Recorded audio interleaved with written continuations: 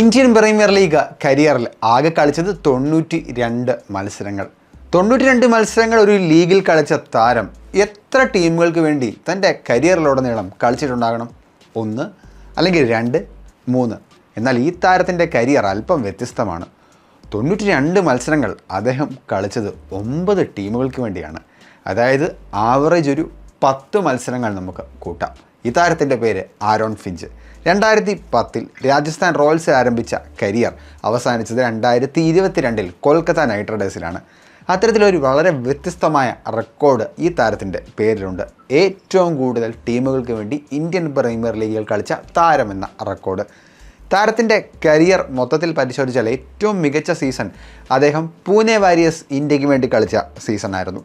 ആ സീസണിൽ അദ്ദേഹം ഒരുപാട് റൺസ് അടിച്ചുകൂട്ടി. താരതമ്യേന ബാക്കി ടീമുകൾക്കായി കളിച്ചപ്പോൾ താരത്തിൻ്റെ പേരിനും പ്രതാപത്തിനുമൊത്ത പ്രകടനമൊന്നും അദ്ദേഹത്തിൽ നിന്ന് ഉണ്ടായില്ല എന്നുള്ളതാണ് അദ്ദേഹത്തിൻ്റെ റെക്കോർഡ് നോക്കുമ്പോൾ നമുക്ക് മനസ്സിലാകുന്നത്.